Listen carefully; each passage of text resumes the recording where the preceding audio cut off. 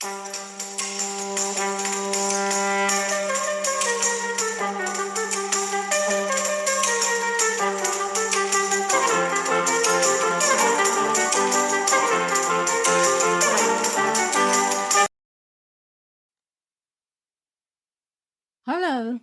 Today I want to talk about living with paranoid schizophrenia and CPTSD. Living with schizophrenia, as did my mother, inspired me to write my novel, The Overlife, A Tale of Schizophrenia.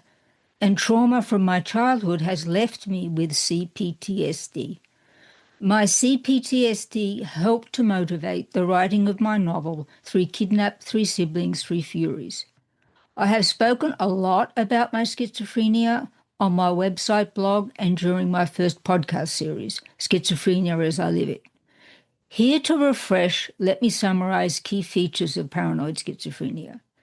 Paranoia, a pervasive suspicion and distrust, often believing others are trying to harm them. Delusions, false beliefs that are firmly held despite evidence to the contrary, often involving themes of persecution, grandiosity, or jealousy.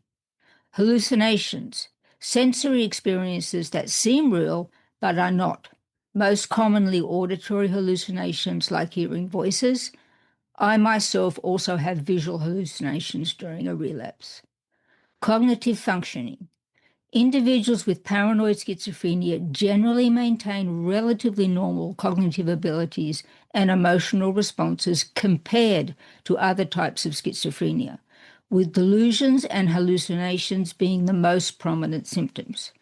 While this may be generally true, my cognitive functioning takes a hit during a relapse. This summary is rough in that people with schizophrenia may experience some symptoms more than others and not all these symptoms at once.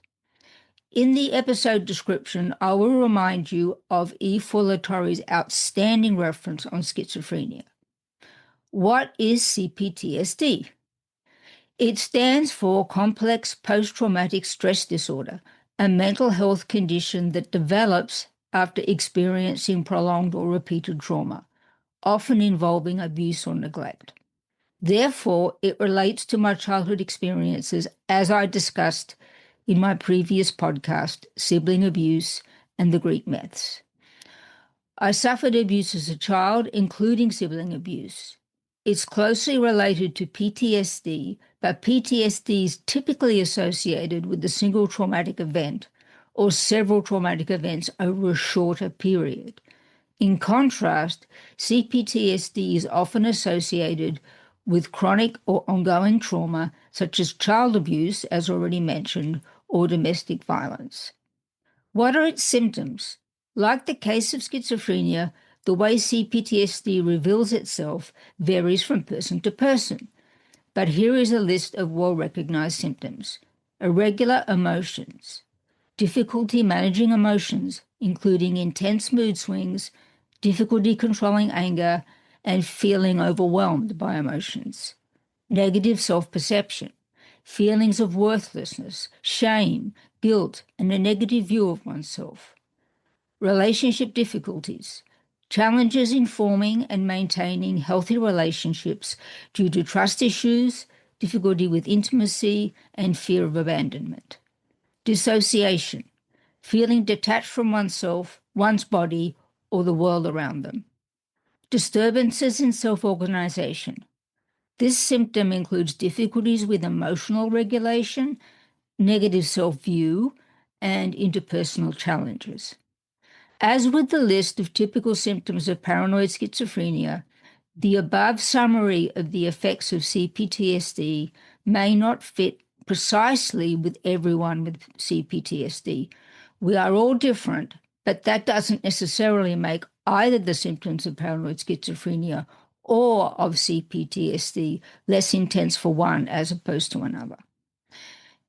In my podcast, Schizophrenia as I Live It, and my book, The Overlife, I have shown at length how I live my schizophrenia and how my mother lived hers most differently.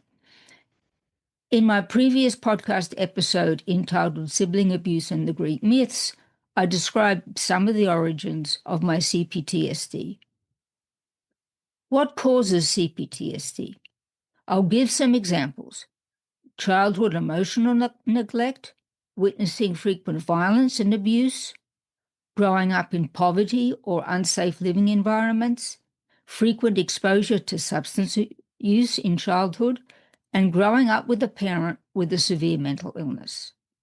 If you have been following my podcasts, as well as the contents of my 2 novels, The Overlife and 3 Siblings, you'll understand that I live with schizophrenia and CPTSD.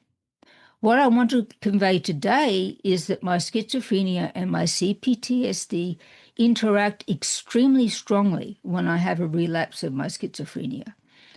The CPTSD makes the symptoms of my schizophrenia much more challenging to handle.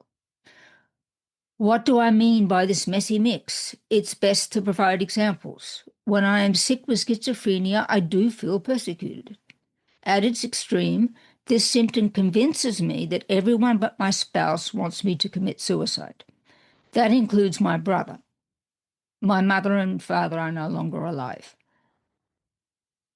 My wise spouse insisted 20 years ago that I completely break with my brother after witnessing how he treated me, and after I received a diagnosis of CPTSD from childhood experiences from a well-known doctor.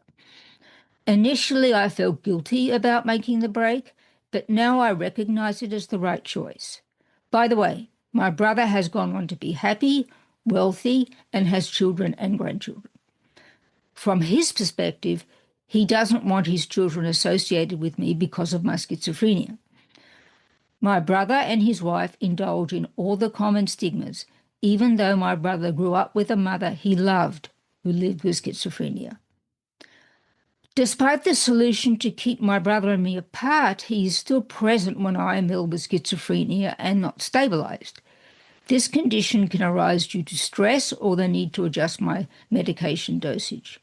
I feel I am being persecuted, and I believe, despite the break with him, that my brother is one of the main people judging my past and agreeing that I should be put to death.